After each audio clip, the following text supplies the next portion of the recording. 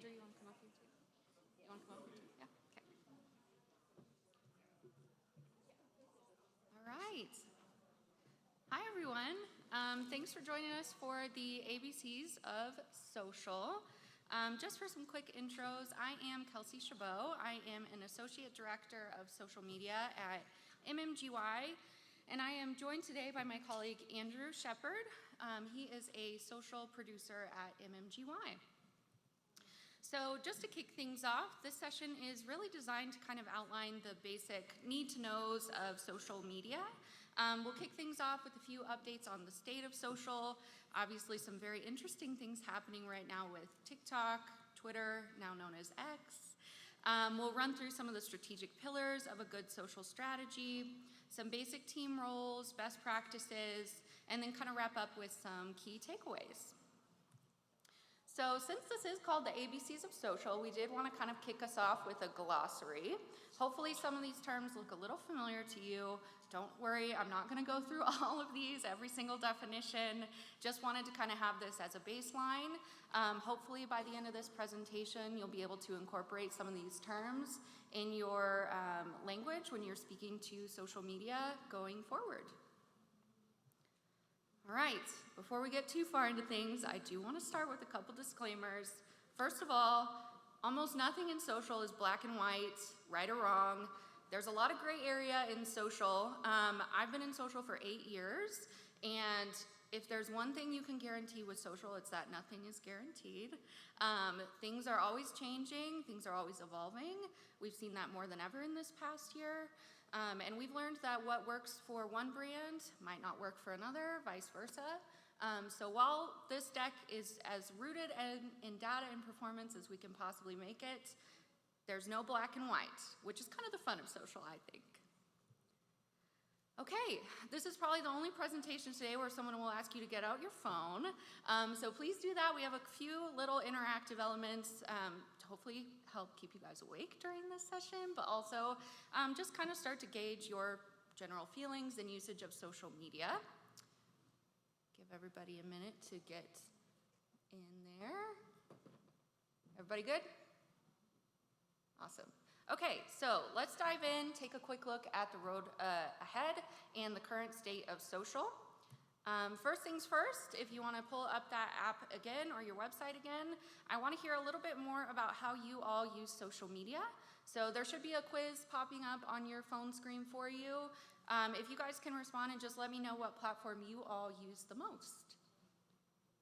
Instagram, Facebook is up there. Some TikTokers. TikTok is one of my most used personally. Now I quantify it as research for work, which I love. All right, so Instagram and Facebook, no surprise at the top there. Instagram is my top used as well in terms of time spent. We'll look at YouTube. YouTube has seen some pretty incredible growth with their new Shorts feature, so we'll touch on that here in a little bit.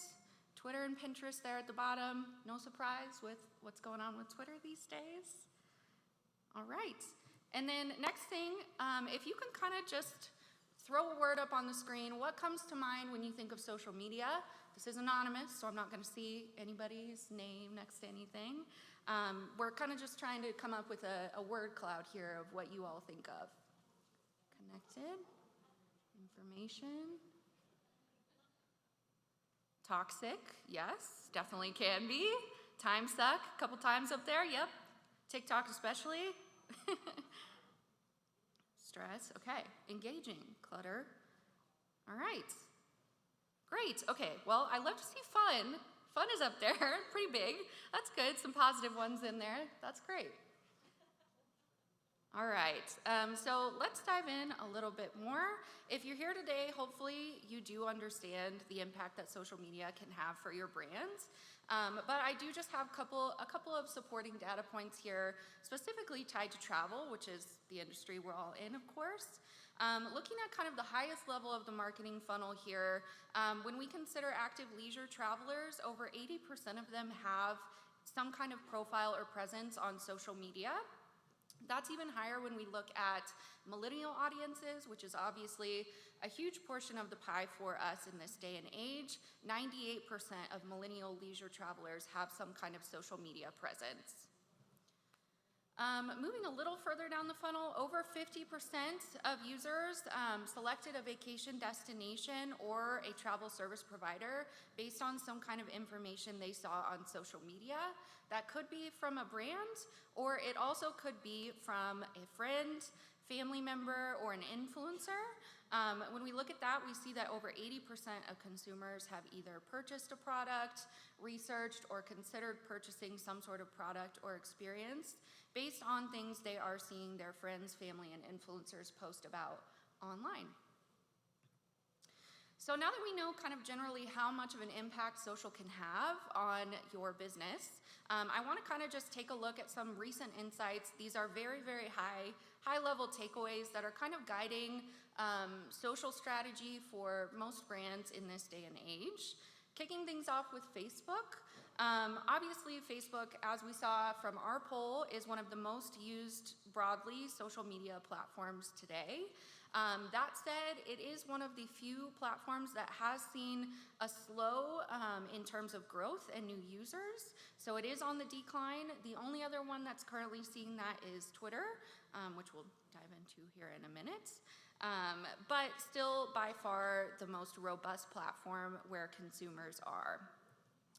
When it comes to Instagram, all eyes are really on Reels. We saw Reels usage double throughout 2022.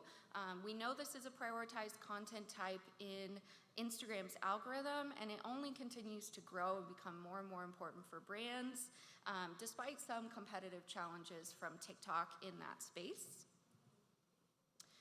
TikTok. So I know it wasn't one of our most used channels for you all. That said, it is on track to be one of the top used social networks. Gone are the days of the dancing videos on TikTok. It's a prominent contender in the social space. It's driven incredible results for the CTO with our work in the paid space on that platform. We just continue to see more and more growth and more advertising opportunities, content opportunities on this platform. You'll see people are watching about the equivalent of a movie worth of content on the app every day on average. So a significant amount of time is being spent on this platform.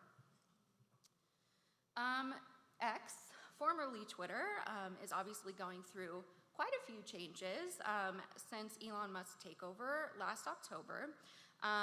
It is expected to lose more than 30 million users worldwide by 2024. I wouldn't be surprised if it's even more than that. The US is seeing the most significant decrease there. So just to preface things, I won't focus much on this platform in this deck just because it is not a platform that I would recommend many brands maintain an active presence on in this day and age until things level out a little bit, if they do. Pinterest. Pinterest is what we consider to be one of the most brand-safe platforms in that it poses pretty minimal risk for brands who maintain a presence there. You're not contending with trolls in the comments. Bots are more minimal on this platform. And you just have fewer challenges than some of our other platforms in terms of maintaining a presence and a community there. And then finally, YouTube. For this, the sake of this presentation, we'll focus on YouTube Shorts, which I think is the most social element of the platform. It is a relatively new channel. That said, it has become increasingly popular. It currently has 15 billion global daily views on YouTube Shorts. So a pretty prominent player when it comes to short form video in the social space. With all of this in mind, there really shouldn't be a question of if you have a presence on social media. It's really how you need to build and maintain and leverage that presence on social, but also just further leveraging social insights to inform your marketing strategies across the board more broadly. All right, So diving in, first thing here, we'll talk through some guiding lights, kind of what we define as a few key pillars of a good social strategy. We've narrowed it down to 3 here. Content, obviously the substance. It's what you're publishing on your channels. It's the public face of your brand on social media. It's what people are searching for and seeing. The community is obviously the relationship you're building with consumers on social media. And then performance, looking at the results, what's working, what's not, and how we can optimize. With that, I will turn it over to Andrew to touch on content. Thank you, Kelsey. As Kelsey said, I am a social producer at MMGY. That basically means I'm responsible for traveling across the state of Colorado to different destinations, usually every other week, to gather social first assets to turn into social first videos. And if you're wondering what social first videos are, you can come hear all about it at our session tomorrow. Little shameless self-plug there, but I promise it does all tie back to this. So we will dive into content first. What does good social content look like? Well, it really boils down to these 3 factors. The first is it has to be conversational. So when you're making a social post, when you're making a social video or a photo, you basically want to type a caption out or keep the tone of the video conversational. You would keep it basically the same as if you were talking to a friend. You're not trying to sell your audience on a product. You're not trying to make a call to action that seems unnatural or not authentic to your brand and your brand voice. You just want to keep it simple, keep it conversational, keep it fun, and that applies to the comments that you'll be leaving as well when you interact with your audience after you've made the post. The second pillar is it has to be compelling. So real quick poll, raise of hands, how many of you found yourself usually 30 to an hour into scrolling on your phone, just mindlessly kind of going through, nonstop scrolling? Oh, there we go, we got 1, 2, 3, and pretty much everyone, I'm sure. And for your audience, that poll applies to them as well. Usually, pretty much all of your users will find themselves scrolling endlessly throughout the day at one point or another. So the point is, you want to make a post that is compelling enough to get them to stop scrolling. You want them to land on your video or your photo or your caption, make them stop and either save the post for later, share it with a friend, or just get their attention and keep their attention throughout the video. That includes usually cover photos or thumbnails or the first 5 seconds of your video being compelling enough, being something that really stands out, is unique, a good shot that's framed really well. You can hear that again in the session tomorrow. But yeah, you just want it to be compelling and get their attention, make them stop scrolling. The third pillar is it has to be concise. So when you're typing a caption out, when you're making a video, there are some guidelines and best practices to keep the video short, concise, to the point, usually 15 seconds, and that applies to captions as well. You don't want to be typing out a paragraph or a novel. No one's going to read that. They'll get about 5 words in and then just start scrolling again. So keep concise, keep all the information right up front, keep it to the point, and again, interesting, something that's unique, grabs their attention, maybe an event that's coming up, maybe a place that's a hidden gem that most people might not know about, things like that.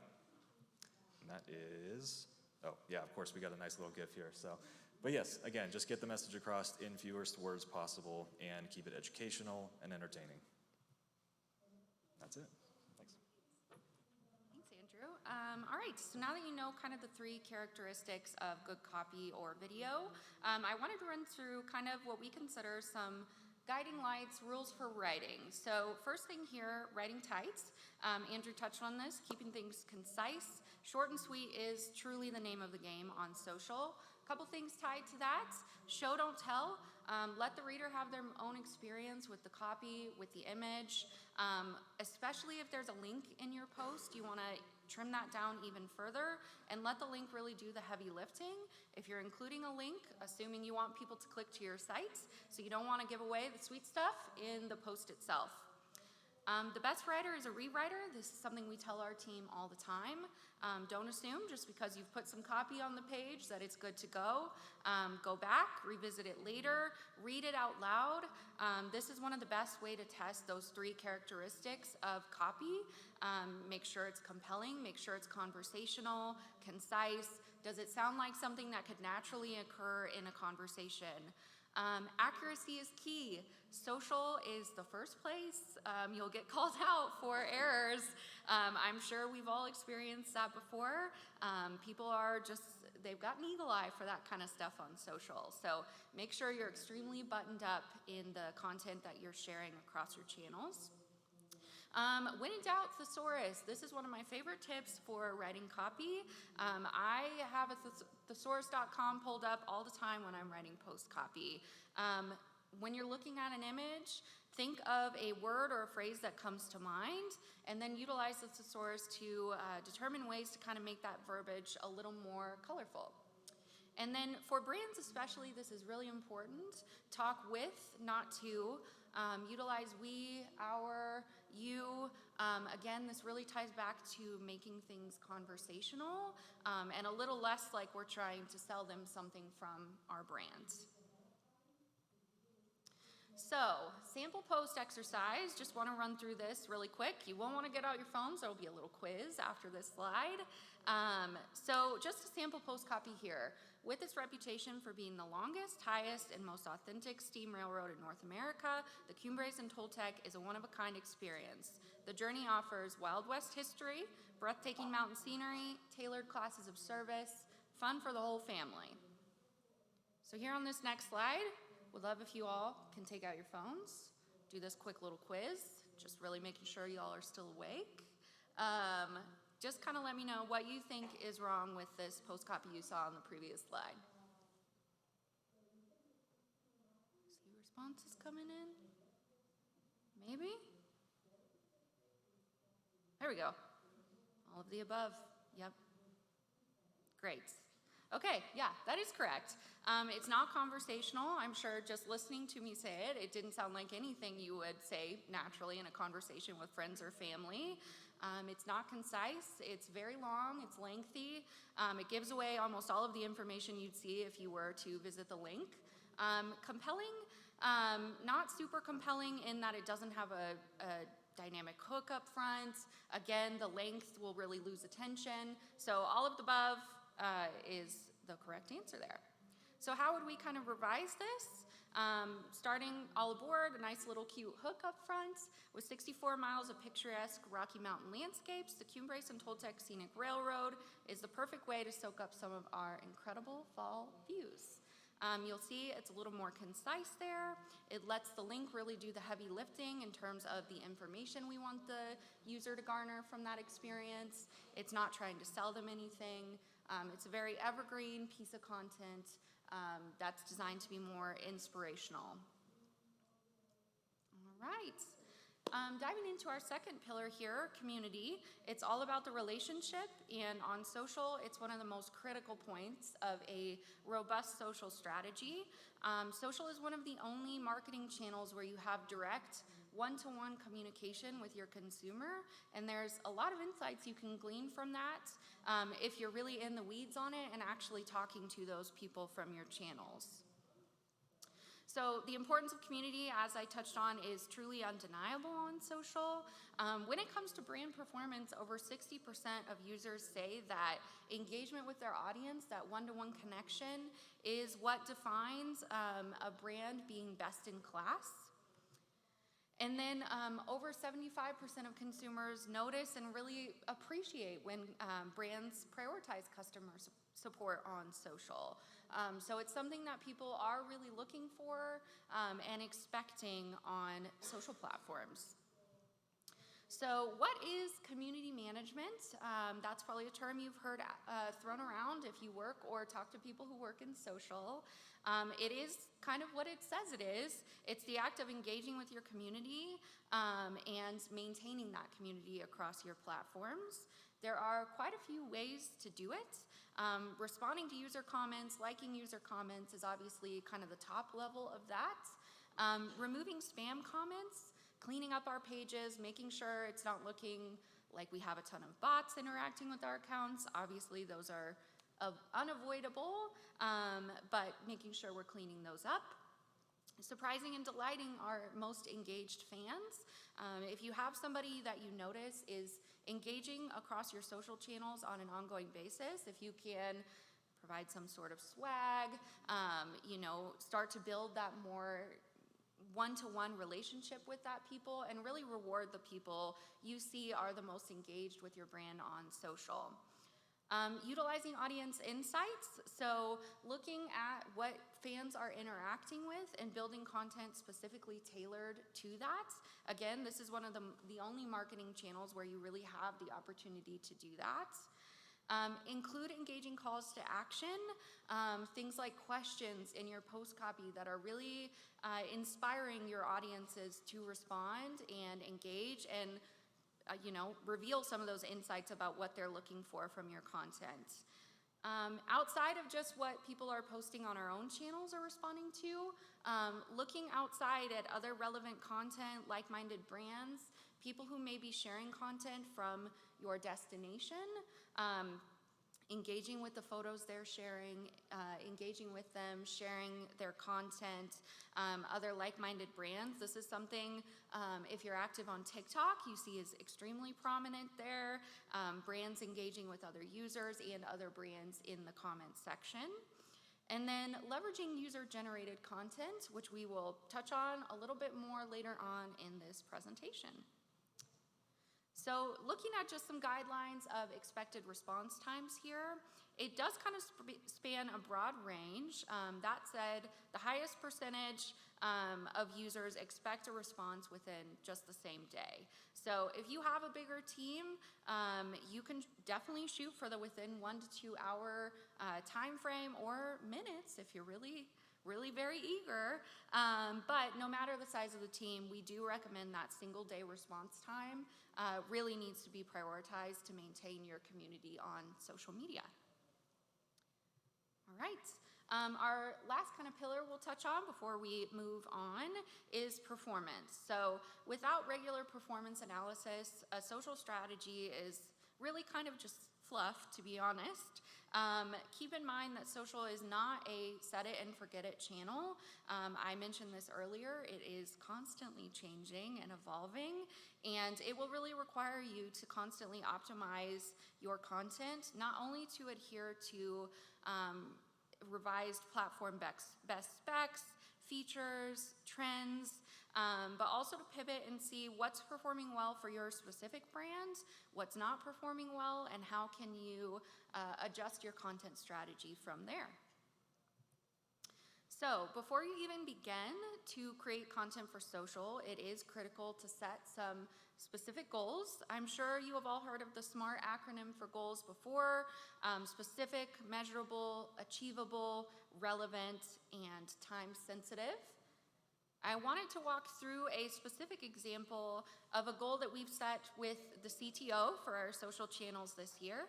So in terms of specific, our defined goal is to increase our cadence of owned Reels content that we're sharing on the Visit Colorado Instagram page to align with platform best practices, as we know that is a priority content type. Measurable, looking at quantitative metrics. We are aiming to host a total of 24 social shoots. As Andrew mentioned, we're doing those at a cadence of about twice a month, and garner over 5 million Instagram video views. Achievable, is it feasible? In our case, it is. We introduced this social producer role in the last year, and I've really hit the ground running with that. Andrew is out in the state filming content on an ongoing basis. Relevant, in our case, we are making our content relevant and this goal relevant by aligning the content that Andrew is filming and the destination he's visiting with the CTO's content pillars and priority seasonal messaging that we're defining in our seasonal media plans as well. And then our time frame for this is this fiscal year. So just an example of kind of a SMART goal. It's very easy to understand. You could share this goal with outside stakeholders, and it has all of the details needed and really gets our message across. So looking at some performance terminology and suggested KPIs for social, when we consider the traditional marketing funnel, organic social is really a very top of the funnel channel. As such, the metrics that we're considering and measuring on social are reflective of that. Organic social KPIs really shouldn't include things like bookings or conversions. They should measure things like this. So impressions, the number of times people see your content. Reach is the number of unique people who see your content. Engagements, how often people were actually engaging with what they're seeing. That number typically includes things like likes, comments, shares, saves on Instagram, clicks, things like that. So it does encompass a broad variety of ways that people can interact with your content. Engagement rates, so this is really the percentage of how many times your content was viewed versus how many times it was engaged with. So you could have 1 million people who are seeing your content, but if only 10 of them are engaging with it, then you know it's not a very effective piece of content. Link clicks, the number of times obviously somebody clicks on a link from your post. And then net follower growth. I do want to note that follower growth is something that we call a vanity metric. It's not necessarily something we consider as a KPI because again, you could have 1 million followers, but only a very small percentage of those might find your content effective or engaging.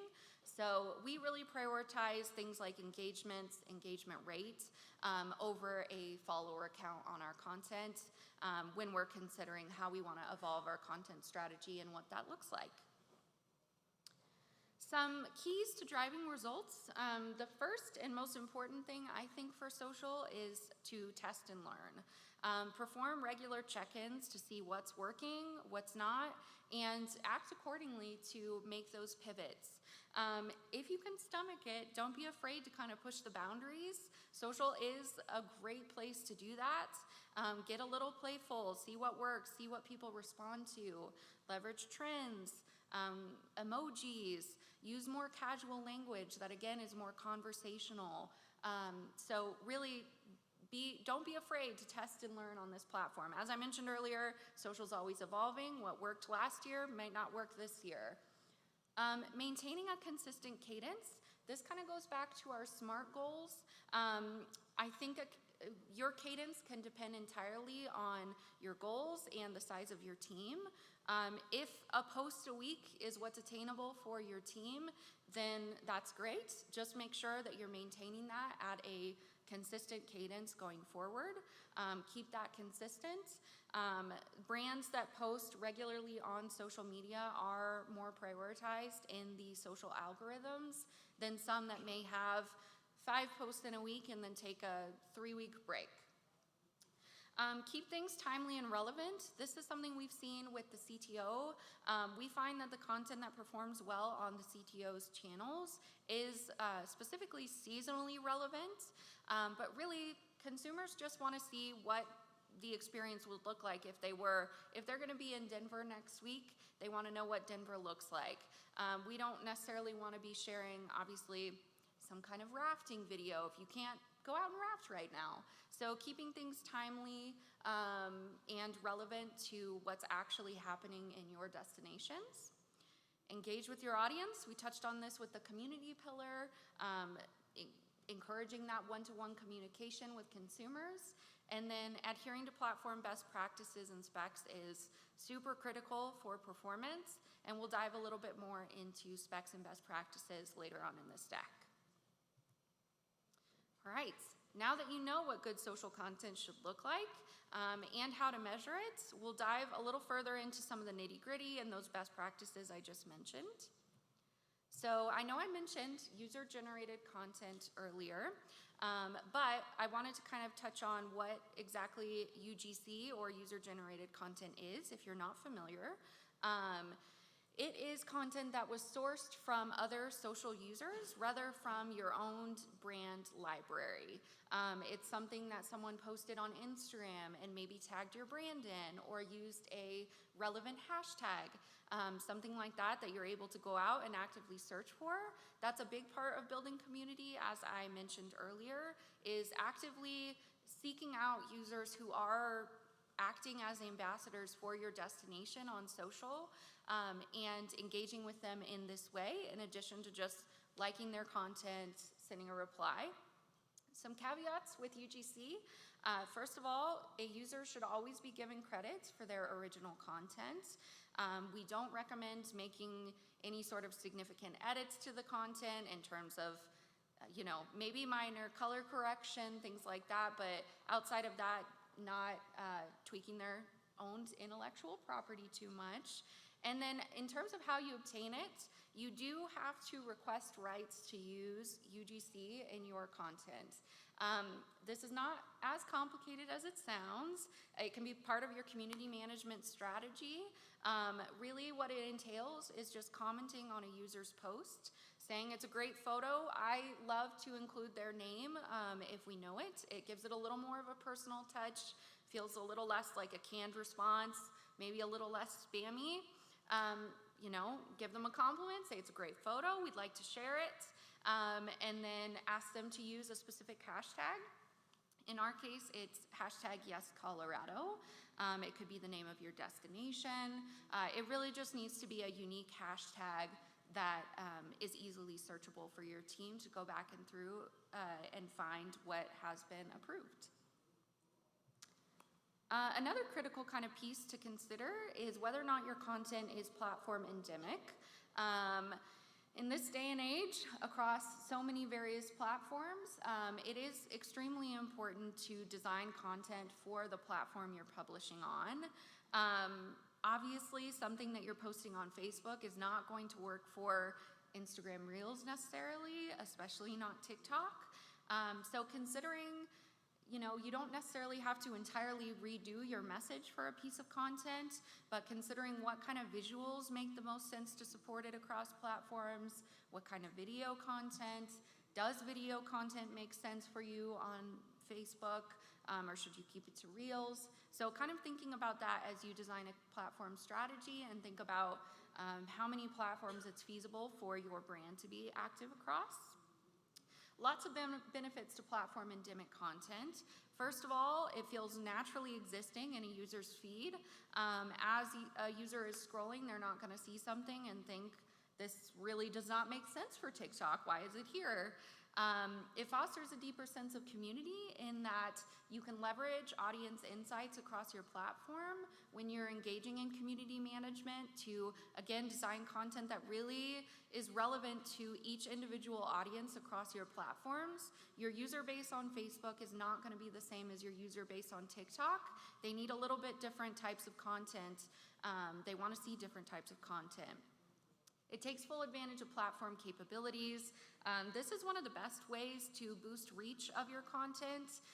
Algorithms love it when you use native in-platform tools to build content, to build Reels, to build TikToks.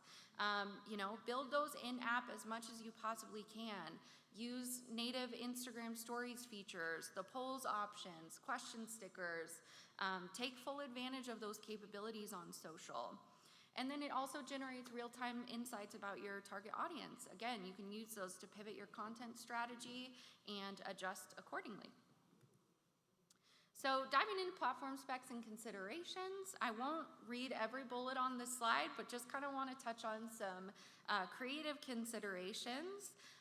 So on Facebook, we do recommend from the organic social perspective that you limit or completely eliminate text overlay on images. While this type of content can work for paid social efforts, which we won't really touch on in this deck, we don't typically recommend it for organic social. Leverage video when possible. Obviously, Facebook and Instagram are owned by Meta, the same company. Both prioritize videos in a feed. So when possible, leverage that type of content. Avoid using images where people are the main focus. For destinations specifically, we find that users really want to feel like they could be experiencing it themselves. So if you're posting a photo of a selfie someone has taken or something that is really focused on an individual human being's experience, it's less broadly relevant to a target audience. Our general rule of thumb is that if a person is featured, we try to have them take up less than 1/3 of the total frame of the image. So that's kind of our guiding light of our ratio for that. Avoiding hashtags on Facebook. You can use hashtags on Facebook. The functionality to search is not as good. We just don't see the benefits of it like we see across other platforms, Instagram specifically, TikTok specifically. And then tagging relevant pages when it's appropriate. This is a key feature of Facebook. You could do a branded content post that includes multiple partners. So just some things to keep in mind for Facebook. Facebook also has one of the broadest ranges of content types that are available to be used. So think about that when you're thinking about a content strategy.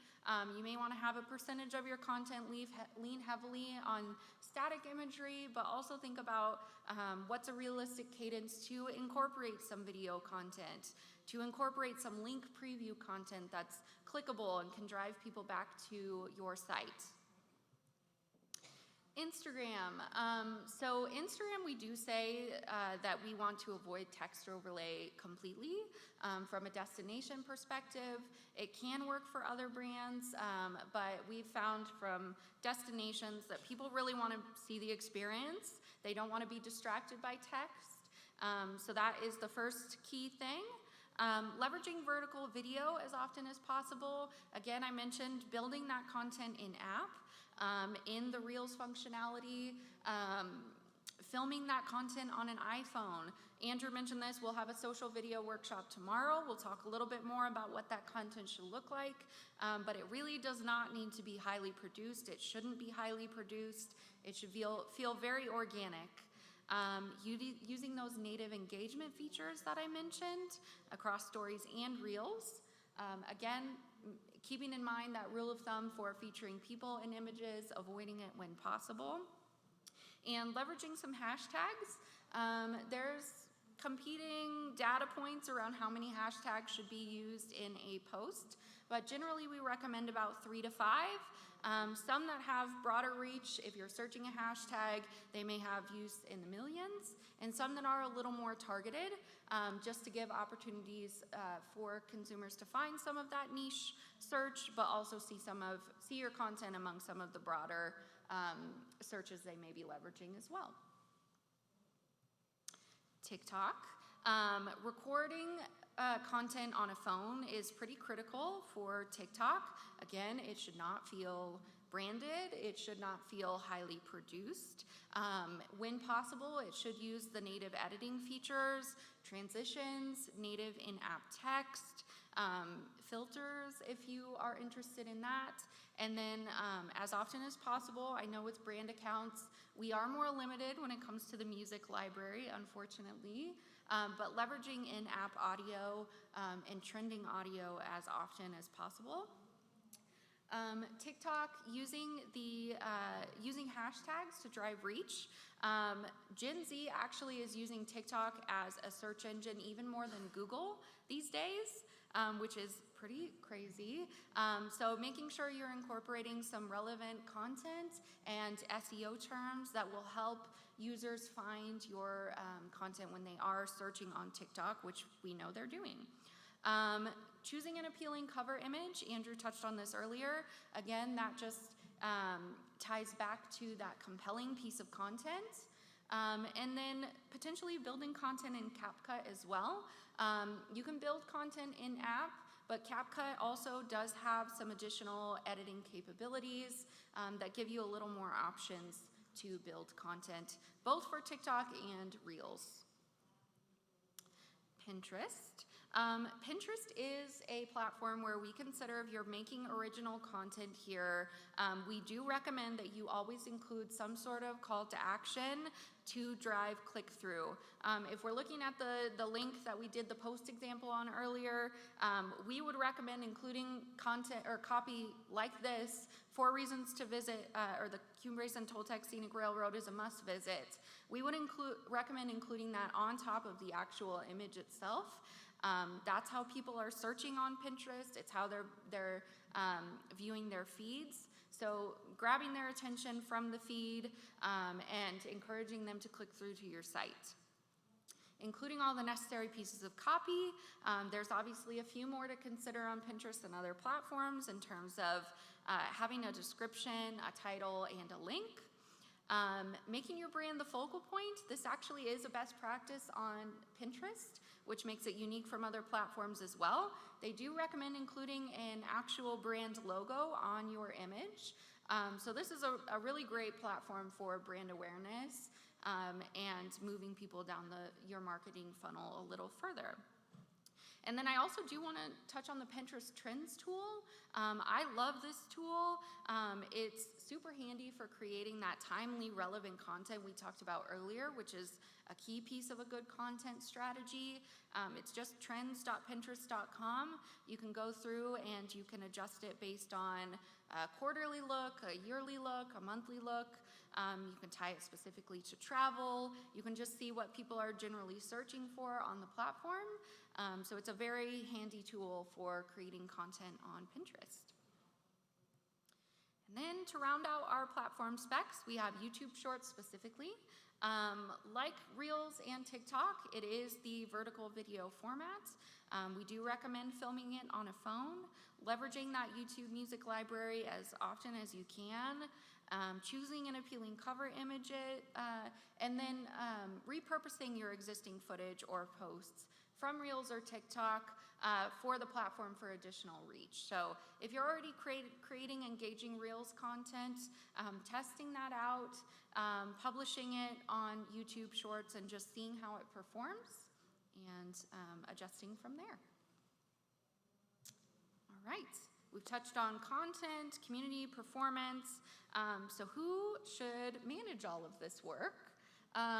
So while there's not necessarily a hard and fast rule for the number of employees that you might need on a social team, there are a few standard roles to kind of consider. The community manager, what I'm calling the doer. On most social teams, the community manager is responsible for creating content and engaging with communities across our platforms. As we touched on, that's obviously an extremely critical piece of social strategy.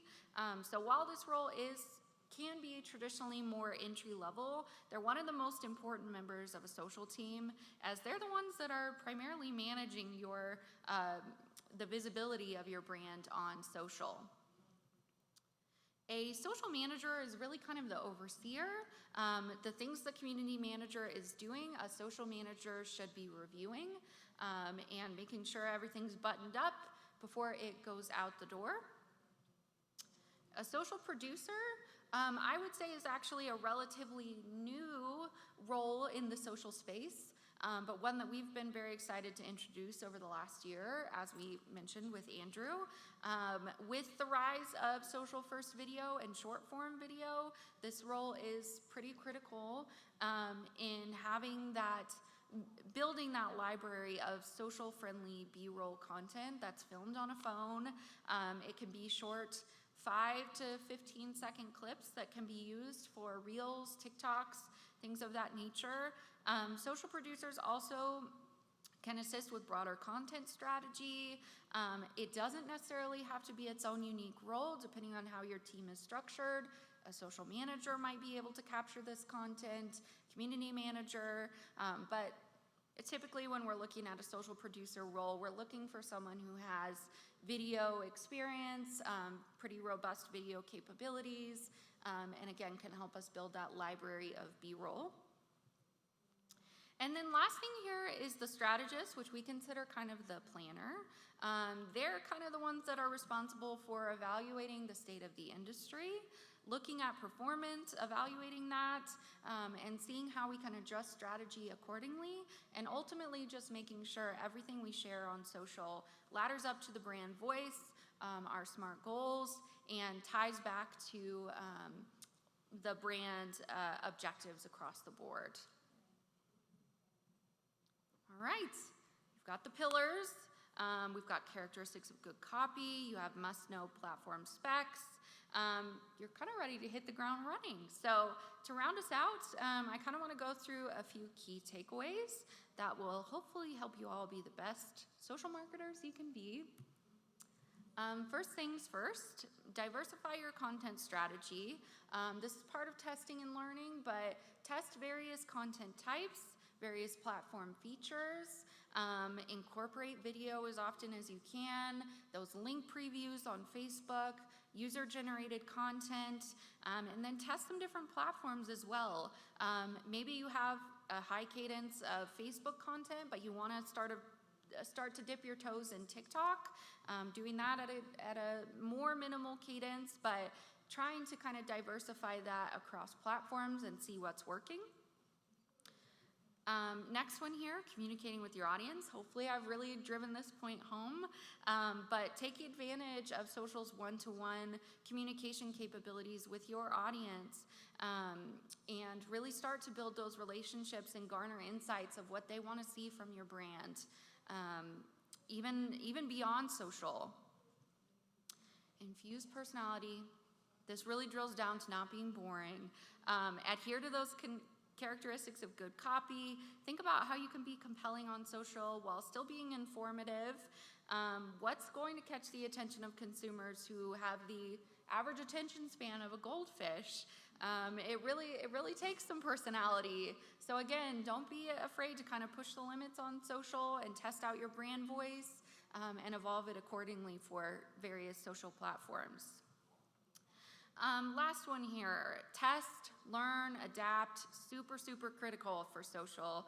Push the boundaries, get out of your comfort zone. If we think about the brands that are doing really well on social, are well known for their social work, people like Wendy's, people like, I don't know if anyone follows Duolingo on TikTok. They're doing some really kind of fun, almost risque things at times, which obviously is not suited for every brand. But the moral of that story is that they are taking risks, and a lot of times it has paid off for those brands. All right, that wraps it up. I did want to do some quick Q&A. If you all want to, that functionality we had earlier, you can type in questions here. Or you can just come up to a mic and ask me questions. Do you have a question? Okay. I didn't run because I realized it's not The Price is Right. All right, big question. Thread Yes. is new, and I don't understand how to thread the thread through personal Yes. versus your business accounts on Instagram. Okay. Well, I would recommend that if you all have not already, that you do set up a Thread account for your brands. Threads obviously saw a pretty significant takeoff. What happened? Uh-oh. Okay, well, I can't see. Oh, there we go. Threads did see a pretty significant takeoff at the start, and then it has since fallen off quite a bit. That said, we have been testing Threads for the CTO, and I've seen pretty good performance. That's another place I would really recommend testing, learning. At first, we thought Threads would be a platform for short little quips, funny little quips, just text only, but we've actually found that using UGC, using really pretty scenic landscape photography, definitely adjusting copy to be a little more playful than some of our other channels, has proven pretty successful for us. We're not doing it at a high cadence. I don't know many brands that are doing Threads at a high cadence right now, but again, it could be one that you all look at as a way to diversify your strategy and just kind of see what performs. So going back to Threads, it's a meta platform, correct? It is, yes. And then between Instagram and Facebook, is it true or not that it's important to have Threads within both Instagram and Facebook in order for it to have a better audience? Do you get more reach if you do use Threads in between them? Yeah, I will say Threads is pretty specifically tied to Instagram. While Instagram and Facebook are owned by Meta, the same parent company, it does have a tie specifically to Instagram. I have not seen brands sharing Threads on Facebook. I have seen some there is a share functionality on Threads where you can share it to your Instagram story, something like that. But for the most part, Threads is its own. It lives on its own. It's its own separate app. We kind of recommend just kind of testing and learning within that app. Maybe letting your audience know you are on Threads so they can follow you there. But otherwise, in this kind of initial learning phase with Threads, before it starts to kind of find its footing, before it introduces new functionality that hopefully will be more helpful for brands, I would probably keep your content strategy for Threads focused specifically on that app and not share content too broadly beyond that.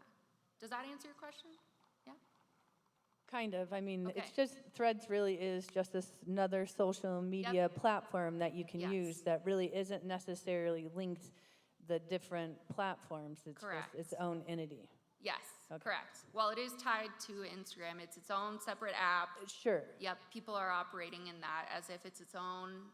But if you unique don't have platform. Threads, it won't affect your Instagram. Correct. Okay, Yes, that that is is correct. what- Yes, okay, great. Love it. Yeah, Threads is a fun one. Okay, I can go through some of these thoughts on Reddit and publishing content on relevant subreddits. Yes, I will say Reddit is not a brand safe platform. If you are publishing content on Reddit, we have explored Reddit in a paid capacity and have found that to be more effective than just a purely organic strategy.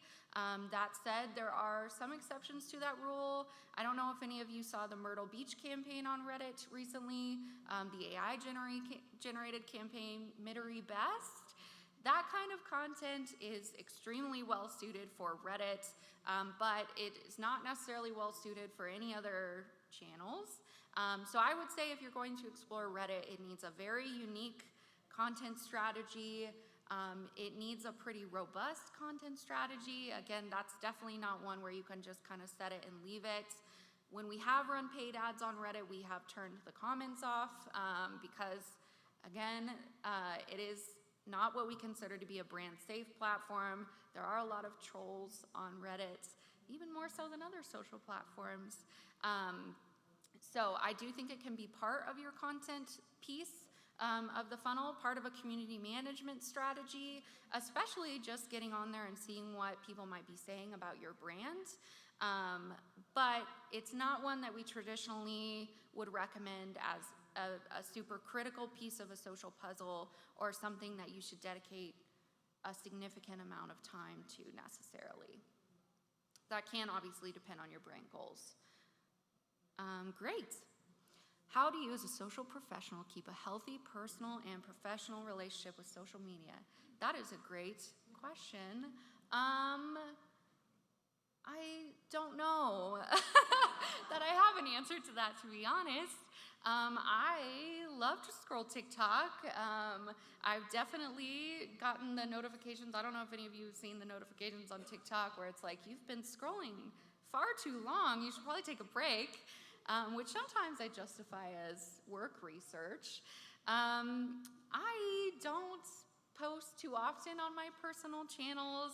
When I'm done with social media for the day, I'm pretty logged out of it. I try to stay up to date on what's happening. I love to browse Instagram stories, love to browse TikTok, but outside of that, I think usually I'm just so burnt out from being on social all day, every day, that by the time I get home, it's just, not as much of a priority for me. If you're working in social, I would recommend having some boundaries between that, though. Social, as we saw with our word cloud earlier, can definitely be a little bit of a toxic place. On brand platforms, we touched on this, people sometimes will just browse the internet looking for ways to complain and things to complain about. So keeping kind of a healthy distance from that in your personal life is definitely something I encourage everyone to establish in their own personal way. Can you use the same videos on Reels, YouTube Shorts, and TikTok? Yes.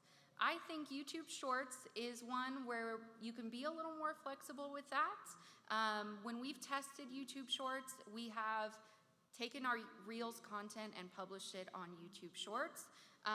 That platform is still kind of finding its footing for brands.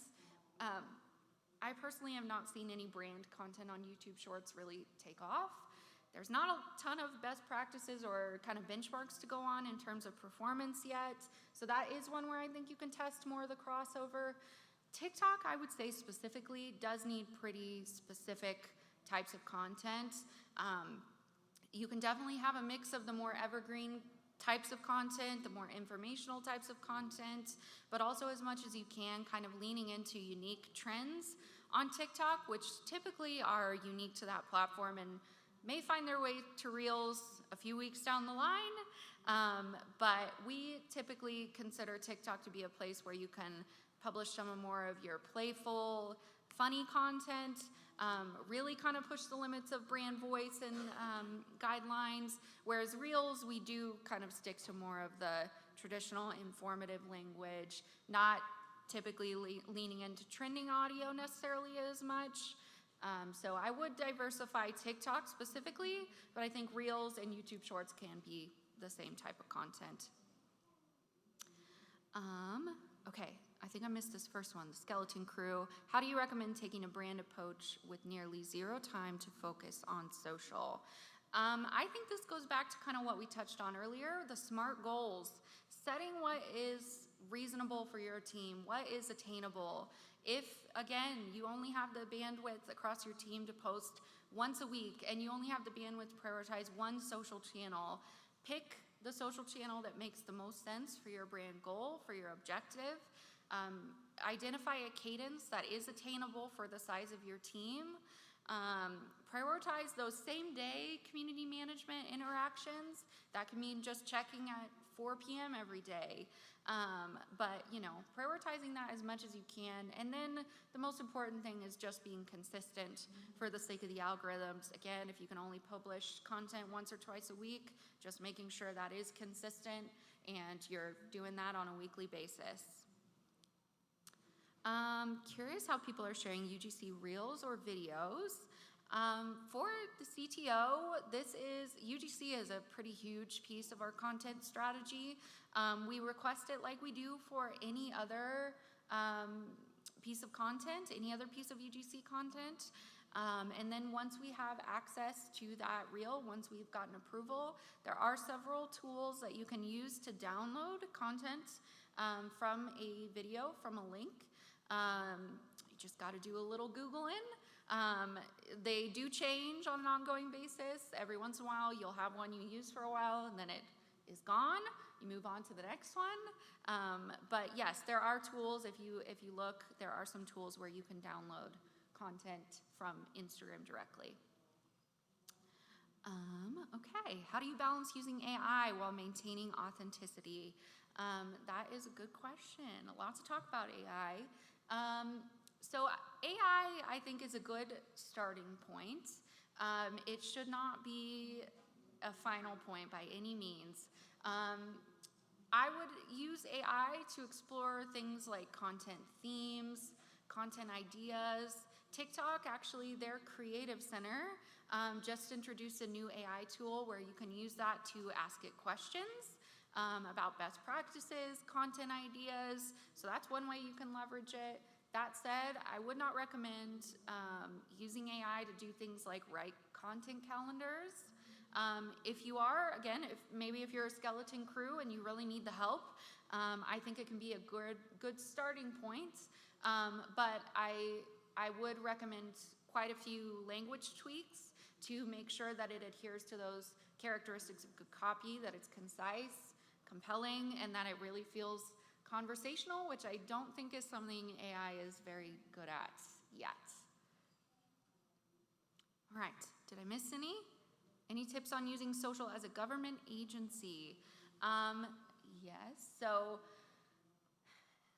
it's hard. Obviously, there are some rules that we have to adhere to as a government agency. Actually, for the CTO, we have not been able to fully launch our TikTok presence because we are a government agency, given everything that's happening with the data concerns on that platform. I think it's really just a matter of putting together good POVs. We're working with the CTO and the team on ways to get that TikTok up and running in a way that is safe and works for everyone involved, for all the stakeholders we'll be happy with.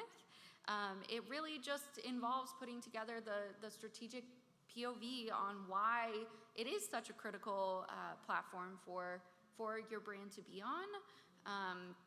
There's no shortage of data on there around the importance of being active on these platforms. So I think just being able to have those bullet points on hand, have some reference points on hand. One of my favorites is eMarketer, which is, I believe, a paid platform. But if you do have access to eMarketer, they have really robust, helpful research. You can also, outside of eMarketer, there are plenty of other places to get that type of research. So just having those kind of POVs, the bullet points on hand, to really drive home how meaningful social is and how important it is. Okay, UGC, we're getting close on time. Okay. It's 11:30. I think we have a few more minutes. I'll answer this last UGC question. If you all do have any other questions, we are going to be at the speed dating session this afternoon.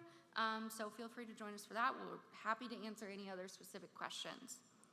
For UGC, if you're reposting, sharing the same post, do you need to ask for permission? The same post. I'm not sure I fully understand that one. Yes.